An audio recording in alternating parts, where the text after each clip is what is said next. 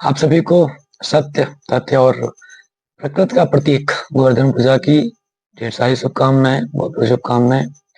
आज इस वीडियो में हम न केवल गोवर्धन पूजा के कथा के बारे में जानेंगे, बल्कि इसके जो वास्तविक अर्थ है, इसका जो सार है, ये त्योहार जो हमें संदेश देता है, इसके बारे में भी हम जानेंगे। और अगर आप वास्तव में इस वीडियो के माध्यम से अगर इस त्योहार के बारे में गहराई से जानना चाहते हैं, तो इस वीडियो को अंत जरूर देखिएगा। और अगर आपको पसंद आए या आपका कोई विचार हो तो कमेंट में लिख के भेजिएगा, हम उसे जरूर पढ़ेंगे। ठीक है, तो चलिए शुरू करते हैं कि सबसे पहले जान लेते हैं कि गोवर्धन पूजा क्यों मनाई जाती है। जिस समय ब्रज के ग्वाल बाल गोपिकाएं इंद्र की पूजा कर रहे थे, उसी समय गाय जगाते हुए श्री कृष्ण भगवान वहीं पहुंच गए और देखा कि सभी लोग बड़े ही उत्सुकता के साथ, उत्साह के साथ इंद्र की पूजा कर रहे थे।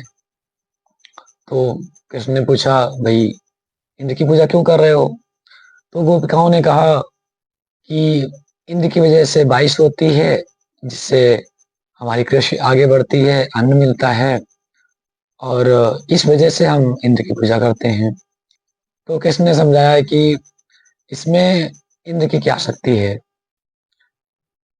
मेघ जब पर्वतों से टकराते हैं, यानी गोवर्धन पर्वत से, तब जाके बारिश होती है।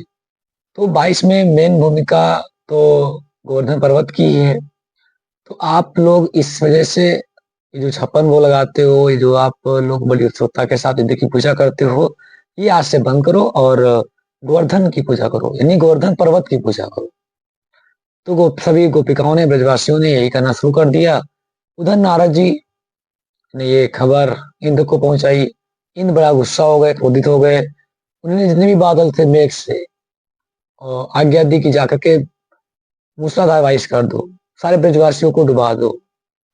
तो मेघ ने वैसे ही किया, बारिश में लगी। तभी जाकर जितने भी ब्रजवासी थे वो पहुंच गए कृष्ण के शरण में। तब कहते हैं कि कृष्ण ने गोवर्धन पर्वत, उसी गोवर्धन पर्वत को अपनी उंगली पर उठाया और सभी ब्रजवासियों को मूसलाधार बारिश से वर्षा की। इसीलिए कहते हैं कि उसी दिन से ये त्योहार मनाना शुरू हो गया कि हम सभी लोग गोवर्धन पर्वत की पूजा करेंगे। तो अब हम जान लेते हैं कि इस कथा का सार क्या है। कहते हैं कि तथ्य ही सत्य का द्वार है। तथ्य मतलब यहाँ पर सही जानकारी, प्रमाण ना। तो अगर हमें सत्य तक पहुंचना है तो सबसे पहले हमें सही जानकारी, आत्मज्ञान, ये होना बहुत जरूरी है। तभी हम सत्य तक पहुंच सकते हैं, यानी उस निराकार ब्रह्म के पास पहुंच सकते हैं। तो इस कथा में जरा ध्यान से समझते हैं कि आखिर क्या इसका सार है। तो यहाँ पर जो गोवर्धन पर्वत है, ये प्रकृति का प्रतीक है, तथ्य का प्रतीक है। क्योंकि प्रकृति में क्या आता है, जो कुछ हम आपने सामने देखते हैं, जो हम अपने चारों ओर देखते हैं, वो प्रकृति में ही आता है। हवा, पानी, पर्वत, वन। तो ये पर्वत प्रकृति का प्रतीक है, तथ्य का प्रतीक है। और जो कृष्ण है वो सत्य का प्रतीक है, क्योंकि कृष्ण तो असली सत्य है। और दुनिया में सत्य क्या हो सकता है? उस ब्रजवासी लोग जो इंद्र की पूजा कर रहे थे, हाँ, वो उनकी मान्यता थी, कल्पना थी, अंधविश्वास था। तो एक तरह से कृष्ण जब वहां पहुंचे हैं गोपिकाओं के पास, तो अर्थात सत्य पहुंचा है किसके पास? मान्यताओं के पास, कल्पना के पास। तो उनसे यही कहा है कि आप इन अपनी मान्यताओं को, अपने अंधविश्वासों को, अपनी कल्पनाओं को एक किनारे रखो और तथ्य को समझो। और तथ्य क्या है? ये पर्वत, यही सब तथ्य है, क्योंकि इसी से वर्षा होती है।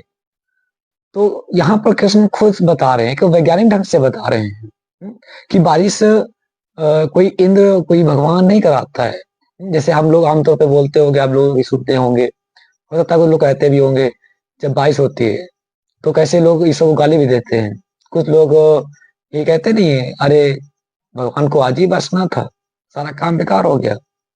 तो ये एक प्राकृतिक घटना है, इसमें इन पर्यावरण का बहुत ही बड़ी भूमिका रहती है, पर्वतों का, वनों का। ये खुद कृष्ण समझा रहे हैं। इसलिए इसमें कोई इंद्र भगवान की पूजा करने की जरूरत नहीं है, आप इन प्रकृति की पूजा कीजिए। ठीक है।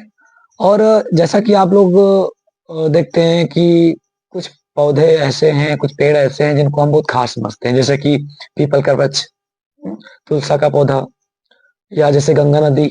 ये सब क्या है? प्रकृति का ही प्रतीक है, प्रकृति ही है। तो जब हम इनकी पूजा करते हैं तो असल में पूजा इसलिए नहीं करनी चाहिए कि हम इनसे हमारी मनोकामनाएं पूरी हो जाए। अक्सर यही होता है, हम पीपल पेड़ में जाके धागा बांध देते हैं, कुछ मनोकामनाएं कर लेते हैं। तो ये बिल्कुल गलत है। ये हम नहीं, श्री कृष्ण स्वयं कह रहे हैं। ये जितनी प्रकृति की पूजा होती है, ठीक है, प्राकृतिक चीजों की पूजा होती है, वो इसलिए नहीं होती कि उनसे हमारी कामनाएं पूरी हो जाएं, बस कि इसलिए होती है ताकि हम अपना एहसान उनको दिखा सके। यानी उनका जो एहसान हम पे है हम वो दिखा सके, अपनी कृतज्ञता व्यक्त कर सकें। भाई ऑक्सीजन से हमें, हवा से हमें ऑक्सीजन मिलती है, जल से मेरी प्यास बुझती है, ठीक है, इन वन से पर्वतों से वर्षा होती है, पर्यावरण संतुलित रहता है जिससे इंसान जी पाता है। सोचे जरा, आपको ऑक्सीजन न मिले, कैसे जी पाओगे? तो ये बहुत ही हमारे जीवन के लिए बहुत जरूरी है, इसलिए हमें इनकी पूजा करनी चाहिए। कह लो कि हमें इनका एहसान मानना चाहिए। तो इस वजह से पूजा करनी चाहिए कि ये सब चीजें हमारे लिए बहुत जरूरी है। इसलिए नहीं कि अब ये सब चीजें या पेड़ पौधे, कोई नदी या कुछ भी हमारी इच्छाओं को पूरी करेगा। तो ये सब बिल्कुल गलत है, ठीक है।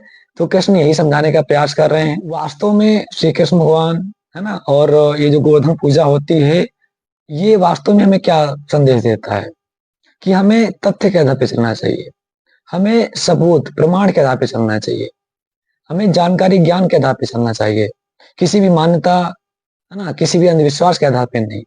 क्योंकि जब तक हम तथ्य को नहीं पकड़ेंगे तब तक हम सत्य तक नहीं पहुंच सकते। तो जैसे कि बहुत सारी यूट्यूब पे आपको वीडियोज मिल जाएंगी जिसमें बताया जाता होगा कि गोवर्धन पूजा किस विधि विधान से करनी चाहिए, क्या तरीका है, ये सब वो सब। अब हम लोग इसमें फंस चुके हैं। वास्तव में त्योहार हमें सिखा क्या रहा है, इसका उद्देश्य क्या है, किस हमें क्या समझाने की कोशिश कर रहे हैं, उससे कोई मतलब नहीं है। बस हम इस विधि विधान से पूजा कर लें ताकि हमारी ये इच्छाएं पूरी हो जाएं। ये बहुत सारी वीडियोज मिल जाएंगी, बहुत सारे लोग बोलते होंगे आपसे, इसमें कुछ नहीं रखा, आप सही चीज को जानो, ठीक है, प्रकृति के प्रेमी बनो, ठीक है। इसलिए हमने पिछली वीडियो में दीपावली की जो वीडियो बनाई थी उसमें हमने कहा था कि ये त्योहार हमें यही सब सिखाते हैं। इसलिए अब हमारे लिए ऑक्सीजन बहुत जरूरी है, हवा बहुत जरूरी है। और अगर हम प्रदूषण फैला के उसी हवा को गंदा कर देंगे, जल प्रदूषित कर देंगे, तो हम अपनी प्यास कैसे बुझाएंगे साफ पानी से? हम ऑक्सीजन कैसे लेंगे? इसलिए बीमारियां और बढ़ती जाती हैं। तो ये तो हमने प्रकृति का और नुकसान किया। कृष्ण कह रहे हैं आप प्रकृति की पूजा कीजिए, क्योंकि उसी के सहारे हम जिंदा है। हम उल्टा क्या कर रहे हैं, उसी को नुकसान पहुंचा रहे हैं। तो हम कृष्ण को तो मानते हैं लेकिन कृष्ण के नहीं मान रहे हैं। और इसी से हमें एक कविता याद आती है, जो कि हिंदी के अच्छे कवि हैं, डॉक्टर कुमार विश्वास। तो बोला था, उसमें एक कविता थी कि प्रतिमाओं में पूजा उलझी, विधियों में उलझा भक्ति योग, सच्चे मन से षड्यंत्र रचे, झूठे मन से सच के प्रयोग। तो प्रतिमाओं में पूजा उलझी, जितनी भी पूजा है प्रतिमा में उलझी गई, यानी फोटो में, मूर्तियों में। हालांकि उसका भी एक अपना उपयोग है, लेकिन हमें मूर्ति पूजा क्या है, क्यों करनी चाहिए, हमें पता नहीं होता है, तो हम उसमें उलझ के रह जाते हैं। तो प्रतिमाओं में पूजा उलझी, विधियों में उलझा भक्ति योग। मेरा जितना भी भक्ति है, जितना भी योग है, वो सब विधि विधान में उलझ के रह गया है। इस विधि से ये करो, इस विधि से वो करो, तो ये मिल जाएगा, वो मिल जाएगा। ये सब कुछ बकवास है, ठीक है। तो कुमार विश्वास ने इस कविता के माध्यम से यही समझाने का प्रयास किया था। तो ये है हमारे त्योहार का असली मर्म, कि हम अपने प्रकृति को समझें, और जिसके आधार पर हम खुद जिंदा हैं। सोचो, एक मिनट के लिए अगर हमें ऑक्सीजन ना मिले, हवा ना मिले, तो हम कैसे जिंदा रह सकते हैं? एक दो दिन तक अगर हमें पानी, अन्न ना मिले, तो हम कैसे जी सकते हैं? और फिर हम उसी अपनी करतूतों की वजह से उसी को नुकसान पहुंचाते हैं। तो ये प्रकृति से प्रेम नहीं हुआ। आप प्रकृति से प्रेम कीजिए और तथ्य के पास जाइए, तभी हम सत्य तक, यानी ईश्वर तक पहुंच सकते हैं, ठीक है। तो ये है इसका वास्तविक अर्थ। अगर आपको इसमें कोई भी बात ठीक न लगती हो, तो आप कमेंट में लिख के भेज सकते हो, उस पर हम थोड़ा जरूर अमल करेंगे, है ना। और इसी के साथ आप सभी को एक बार फिर से गोवर्धन पूजा की बहुत बहुत शुभकामनाएं।